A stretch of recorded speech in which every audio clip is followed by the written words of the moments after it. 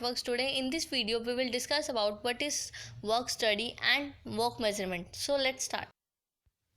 अब दोस्तों हम सबसे पहले ये समझते हैं कि वर्क स्टडी क्या होती है और वर्क स्टडी का मतलब क्या होता है। अगर हम लेमन लैंग्वेज में इसको समझते हैं तो वर्क का मतलब होता है काम करना और स्टडी का मतलब होता है उसको रीड करना, उसको पढ़ना।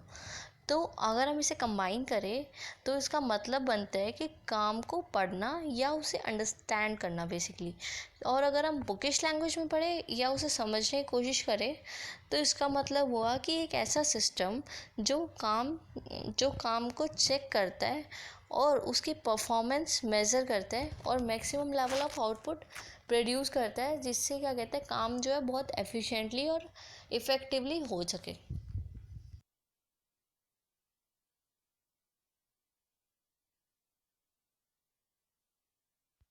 अब दोस्तों वर्क स्टडी के कुछ ऑब्जेक्टिव्स भी हैं।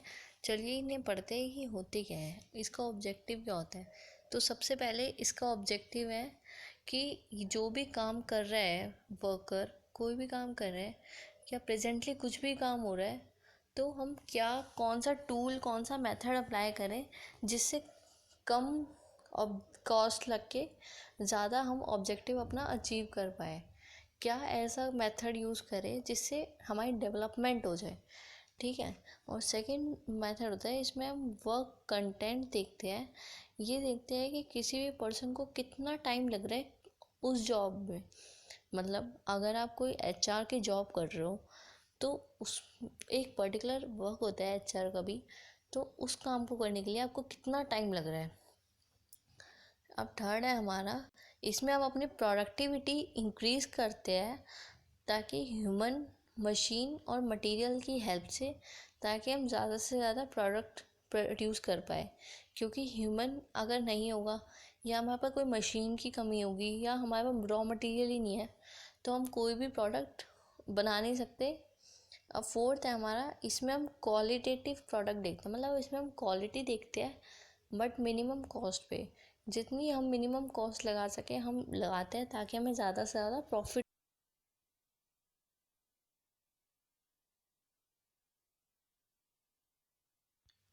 अब दोस्तों फिफ्थ है हमारा, हमें वर्कर से लिमिटेड काम करवाना है ताकि वर्कर थकान महसूस ना करे और प्रोडक्टिविटी ज़्यादा दे। इससे ये होता है कभी कभी हम लेबर को इतना ज़्यादा काम दे देते हैं कि लेबर अपना काम कर ही नहीं पाता पूरे टाइम पे और प्रोडक्टिविटी भी अच्छी नहीं होती। और हमारा नेक्स्ट है कि इससे क्या होगा, हमारे रिसोर्सेज भी यूटिलाइज हो जाएंगे। या अगर हम लेबर से ज़्यादा काम नहीं करवा रहे, उनसे लिमिटेड काम करवा रहे हैं, तो हमारे रिसोर्सेज अच्छी तरीके से एलोकेट हो जाएंगे, यूटिलाइज हो जाएंगे और हमारी प्रोडक्शन भी ज़्यादा इंक्रीज़ हो जाएगी और गेन इंक्रीज़ करेंगे, हम रिवेन्यू ज़्यादा इंक्रीज़ करेंगे।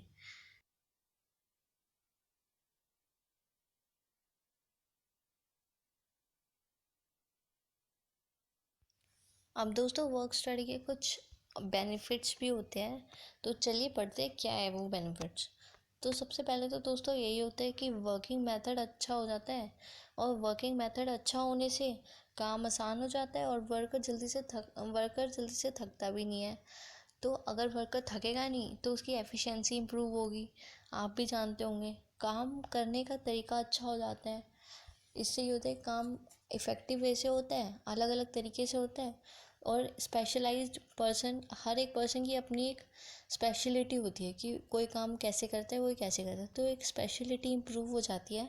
इससे वर्किंग कंडीशंस भी अच्छा रहता है क्योंकि म्यूचुअल अंडरस्टैंडिंग होती है, वर्कर्स की आपस में, एम्प्लॉयज़ की आपस में अंडरस्टैंडिंग होती है। वो आपस में बात करते हैं क्योंकि ज़्यादा थकावट नहीं होती, इंटरेस्ट रहता है उनके बीच में। तो इससे वर्क फ्लो भी अच्छा रहता है और डे बाय डे और इंक्रीज़ होता रहता है और प्रोडक्टिविटी इंक्रीज़ होते रहते हैं क्योंकि ऑर्गेनाइजेशन को प्रोडक्टिविटी से मतलब होता है और वो प्रोडक्टिविटी जब भी आती है जब वर्क स्टडी अच्छी होती है।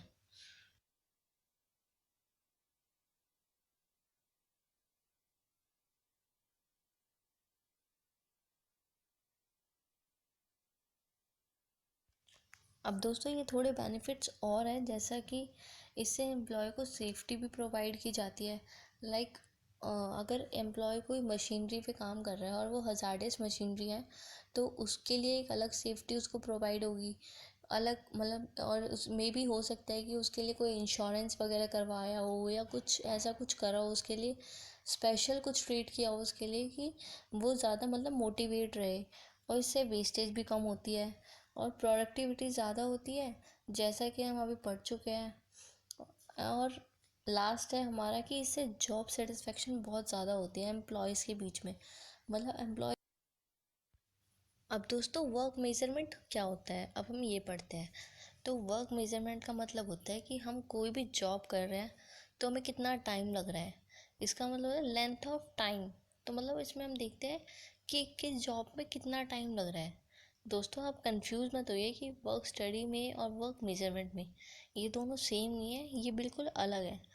देखो, वर्क स्टडी का मतलब होता है कि जब हम कौन सा मेथड यूज़ करें जिससे हमारी एफिशिएंसी इंक्रीज़ हो।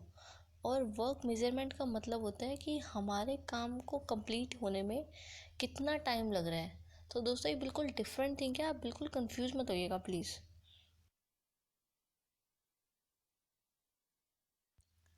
अब दोस्तों वर्क को मेज़र करने के लिए भी हमारे पास कुछ टूल्स हैं, जैसे स्टैंडर्ड टाइम और नॉर्मल टाइम।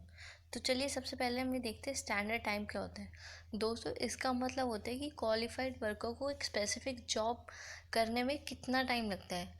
लेकिन इसके अंदर ये आता है कि इसमें एम्प्लॉयज़ के पर्सनल फैटिग भी आते हैं। मान लो कस्टमर को बाहर जाना है चाय वगैरह के लिए या रेस्ट के लिए, तो कस्टमर जा सकता है बट कुछ टाइम पीरियड के लिए, लाइक हाफ एन आवर चले जाओ या 45 मिनट चले जाओ, सो दैट कस्टमर को रेस्ट, वो एम्प्लॉयज़ को रेस्ट मिल सके। और अगर ऐसा भी होता है कोई कोई एम्प्लॉय ऑर्गेनाइजेशन में ऐसा होता है कि आपको एक पर्टिकुलर टाइम दिया गया है, अगर आप उसके बाद आओगे तो आपको सैलरी, कहीं ना कहीं आपकी सैलरी इफ़ेक्ट करती है।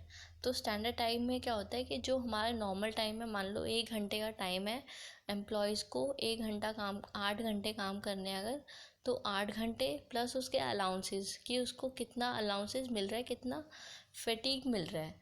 तो इसमें स्टैंडर्ड टाइम का मतलब होता है कि कस्टमर एम्प्लॉयज़ को थोड़ा रेस्ट भी मिल जाए और क्या कहते हैं, हमारा काम भी बन जाए, ताकि हमारी एफिशिएंसी जो इम्प्रूव हो जाए, हमारी परफॉर्मेंस जो होती है एम्प्लॉय की वो भी हो जाए, थकान ना हो, रेस्ट हो जाए। तो सारे जो फैक्टर्स हैं वो स्टैंडर्ड टाइम के अंदर आते हैं।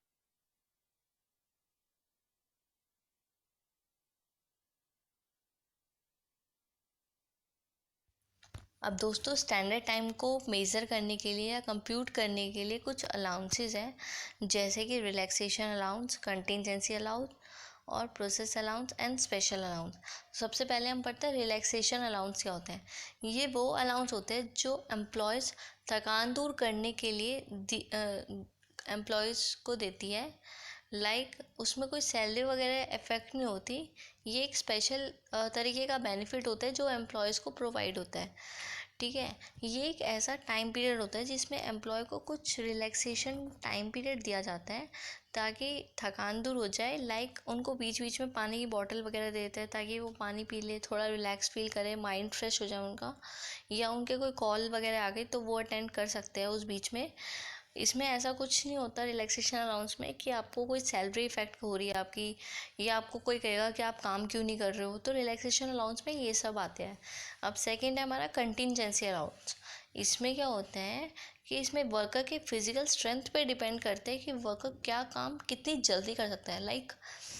जैसे कि मान लो कि और इसमें ये भी होता है कि कितना टाइम स्पेंड कर रहा है एक माइनर से डिस्टरबेंस होने में। मतलब अगर किसी चीज़ में कोई डिस्टरबेंस हो गया है, सपोज़ करो कि एक मशीनरी पे वर्क कर रहा है कोई एम्प्लॉय और उसकी कोई टूल ख़राब हो गया है, ठीक है, तो उस टूल को दोबारा से वापस नया लेके आके वापस लगाने में कितना टाइम लग रहा है, तो वो जो ऑपरेशन का टाइम है दैट इज़ कंटिजेंसी अलाउंस। वो उसको स्पेशल बेनिफिट देते हैं, ऑर्गेनाइजेशन स्पेशल बेनिफिट देते हैं कि अगर आपका कोई टूल वगैरह ख़राब हो जाए तो इसमें आपका तो फॉल्ट नहीं है, लेकिन इसलिए इससे जो बेनिफिट होगा वो आपको मिल जाएगा। और थर्ड है हमारा प्रोसेस अलाउंस। इसके अंदर वो अलाउंस आता है जिसमें एम्प्लॉय को कुछ टाइम के लिए फ्री होता है, इसमें आइडियल टाइम बहुत ज़्यादा होता है। लाइक एम्प्लॉय वर्क कर रहा है कोई ऑटोमेटिक मशीन पे, ठीक है। अब एक बार उसने मशीन पे अपना वर्क लोड फिक्स कर दिया, अपना टाइम पीरियड सेट कर दिया, उसके बाद तो वो कुछ नहीं करेगा, उसके बाद जो करेगा मशीनरी करेगी। तो वो जो आइडियल टाइम है उसका भी उसको एम्प्लॉय को बेनिफिट मिलता है, उसका भी उसको पैसा मिलता है। तो ये होते हैं हमारे कुछ अलाउंसेस। अब हमारे नेक्स्ट है स्पेशल अलाउंसेस। चले पढ़ते हैं क्या होता है ये।